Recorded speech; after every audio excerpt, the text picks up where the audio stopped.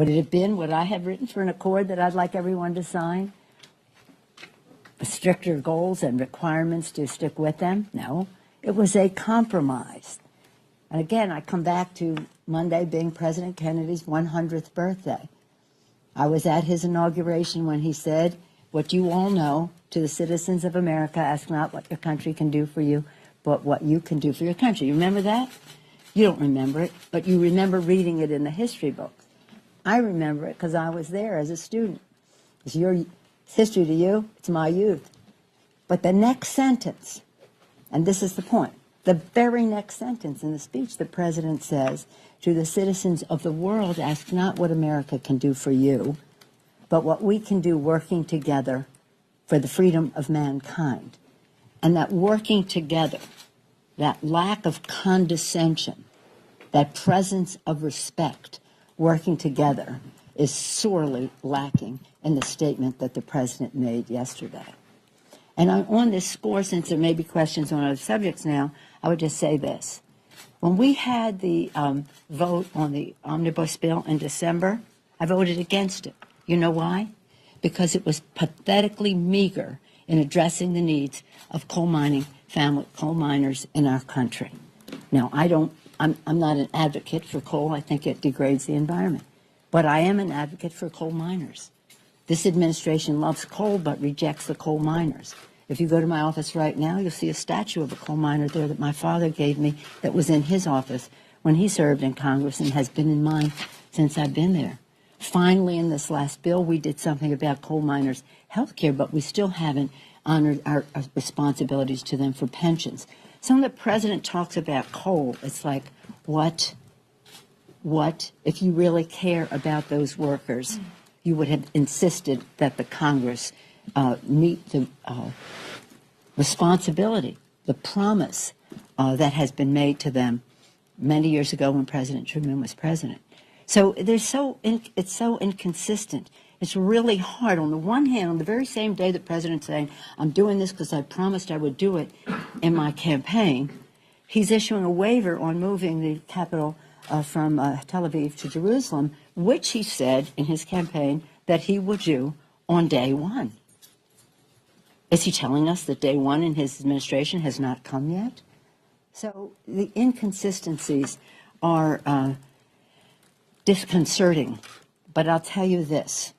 What happened yesterday on the climate issue is an embarrassment to our country. It should be an embarrassment to him personally for how he answers to his grandchildren. Another question? Yes, sir. Yesterday, Representative Schiff said regarding Devin Nunes and the subpoenas issued in the... So could you speak a little bit louder? Yesterday, Representative Schiff said regarding Devin Nunes and the subpoenas being issued in the Russia probe, he said that you've spoken with Paul Ryan about this. Can you tell us about your discussions and your concerns about Devin Nunes' continued role in the probe? Well, I probably won't share the entire conversation. Conversations I've had with the Speaker on this subject. Let me just put it in this context. The Intelligence Committee is a small committee of the Congress. The leader and the Speaker and the leader appoint those members. They're not subject to any approval by the rest of the Congress. It is our appointment. We deputize people to serve in the interest of our national security and to do so with integrity, patriotism, and in the most apolitical way possible. The behavior of Nunes, whatever we're calling him, chairman, recused, unrecused, I didn't mean recused when I said and gave you the impression recused, whatever that loosey-goosey is beneath the dignity of being a chairman of the Intelligence Committee, which has special status. The chairman and the ranking member, be they Democrats or Republicans, the chairman and the rank, have special status, special access. So if he recused himself on subjects Russia, then he shouldn't be having access to documents relating to subject Russia, and he shouldn't be issuing separate subpoenas, attaching them to bipartisan subpoenas that were issued this week. So my dismay, my objection has been conveyed to the Speaker on more than one occasion. To follow up on that, I mean, does he seem concerned as well, or is he fine with this? You have to ask him. But it all comes back to him because this is his appointment. And his appointment acted in a way that was weird. I mean, it was irresponsible, but it was weird when he did what he did, going to the Ubering to the White House, this, that, and the other thing. And then for him to give a, did you think he had recused himself? The press had some attitude that he had separated himself from the Russian investigation, but it hasn't. And then really, in all fairness to Mr. Conway, who now has that responsibility, he should be the one who has that access and that regard as the top Republican, really a very important position in terms of the intelligence gathering for our country. So, no, I have conveyed that. You'll have to ask him. But really, it all comes back to the Speaker. It's his appointment. Yes, ma'am. On another subject, Hillary Clinton said today that she thinks it's possible Democrats could retake the House in 2018 and said she was helping in that effort. Is she a good messenger for the Democratic Party in 2018? Well, you know what? There are going to be all kinds of messengers in this. And as with our great and diverse state, some people will be more helpful some places than others. But I didn't hear that. You're telling me now that she says she's going to be helpful, and that would be great. She is highly respected in our country, and it's going to take everything to defeat the Republicans because they will have endless special interest, secret, dark money flowing like black substance into the campaign, suffocating the airwaves with their misrepresentations. So it will take everything. But we're very proud of our chairman, Ben Ray Lujan, and the job he's doing to mobilize at the grassroots level, to recruit candidates. And there's something happening in our country beyond politics. It's about the spontaneity and the organic nature of people coming forth and seeing how public policy affects their lives.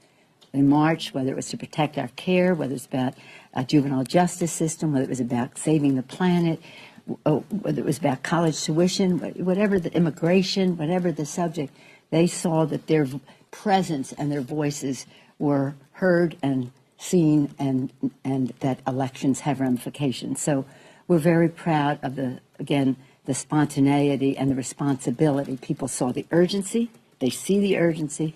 They want to take responsibility. That gives us opportunity, and we are proud to enlist all of our leaders in that effort. What's your assessment right now of your chances of taking back the House? So you want to talk politics? Well, right now, I mean, just comparing it to 2005 and 2006 when we did take back the House, and 2005 when we began our effort to win the House for the Democrats, Harry Reid and I, we were new leaders, and this was our now chance. President Bush had just newly been elected, and he was at 58% in the polls in January, February when we started this. You know where President Trump is in the polls now, in a much different place. By the time we got full swing into our campaign, people told us, don't even bother with that because there's going to be a permanent Republican majority. If President Bush could win with the Iraq War, there's going to be a permanent Republican majority. We didn't accept that, and we went forward. So we have our discipline, our strategy, our unity, and our harmony, and wonderful candidates are stepping forward. So you can have the money, the message, the mobilization, that's all required, but you have to have the candidates. Yes, sir. Madam Leader, it now looks like Congress may have to vote on the debt limit before August. Do you still support a clean increase in the debt limit, or might you try to get something in exchange? Will you support a clean increase even if you're getting railroaded on other issues? I mean, can you talk a little bit about? Well, how do you say it's not clean if we're getting railroaded? I don't. Here, let me just respond this way: lifting the debt ceiling is something that Congress does. We don't have to. The Congress says that the full faith and credit of the United States of America is not in question, but we will be taking this vote. I don't have any intention of supporting lifting the debt ceiling to enable the Republicans to give another tax break to the wealthy in our country, to further exacerbate the challenge that is created when they have their trickle-down economics. Tax breaks for the wealthy, increase the deficit, and now we have to lower the deficit, so we're going to stop investing in education and other initiatives, in research, cut $7 billion from National Institutes of Health. So when we say a clean debt limit, we mean not one that enables the Republicans to have a giant tax cut for the rich. And that's not why we're lifting the debt limit. Lifting the debt limit is about obligations already incurred. Is that an answer to your question? Well, I mean, You look like you have I a don't question exactly mark. understand how that would manifest itself if they're going ahead with a budget that calls for tax reform, but it's unclear who the tax cuts are going to go to. Well, it isn't unclear. I mean, you're right. Let's say there are two things here. One is the president keeps saying the tax bill is moving through Congress. It doesn't exist. It doesn't exist. So you understand the frustration. It doesn't exist. There is no tax bill moving through Congress. The tax bill the Republicans proposed before the election would add $5.5 trillion with a TR trillion dollars to the deficit, enough money to solve all of the shortfall, any funds needed to keep Social Security solvent for 75 years. But they want to use it as a tax cut for the rich. So if they come in and say, we're giving a big tax cut to the rich, we're throwing a few crumbs to the middle class, and we're calling that a tax cut, well, that's not what we're lifting the debt ceiling to do. So that's a completely, it should be a different subject. We should be working together in a positive way to put together a tax reform for simplification, for fairness, lower the corporate rate, close special interest tax loopholes and the rest, and do so in a way that creates growth. And I say to my members when you go into the meeting, be agnostic. Wherever the good ideas come from, we embrace them. If they grow the economy in a way that increases the paycheck of America's workers and reduce the deficit. What they're proposing is not going to reduce the deficit. It's only going to give tax breaks to the rich and increase the deficit. And that's not any reason to lift the debt ceiling. And the last question, yes, sir. Unrelated or related to Andrew's question, outside experts like the Bipartisan Policy Center say that there's actually enough room to run still under the debt ceiling until October, November. But OMB Director Mulvaney has said that they want you guys to do it by August. A, do you believe that it has to be done by August? And B, will the Democrats help raise the debt ceiling before you're given a concrete drop-dead date? Well, I don't know who you're using as a reference for October and that.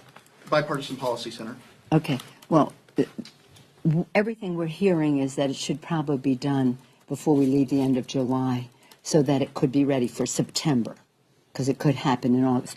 One of the reasons that my understanding is, again, is that we need to do it sooner is because many people are thinking, many entities in our country are thinking they're going to get a big tax break from Trump for next year, President Trump for next year, and the Republicans in Congress.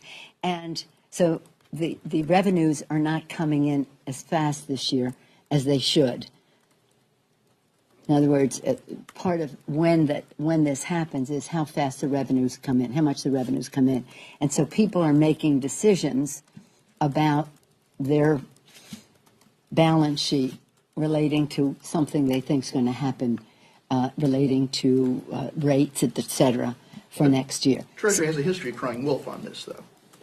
Yeah, but it doesn't make it. You might as well do it in a way that be in front of it instead of behind it.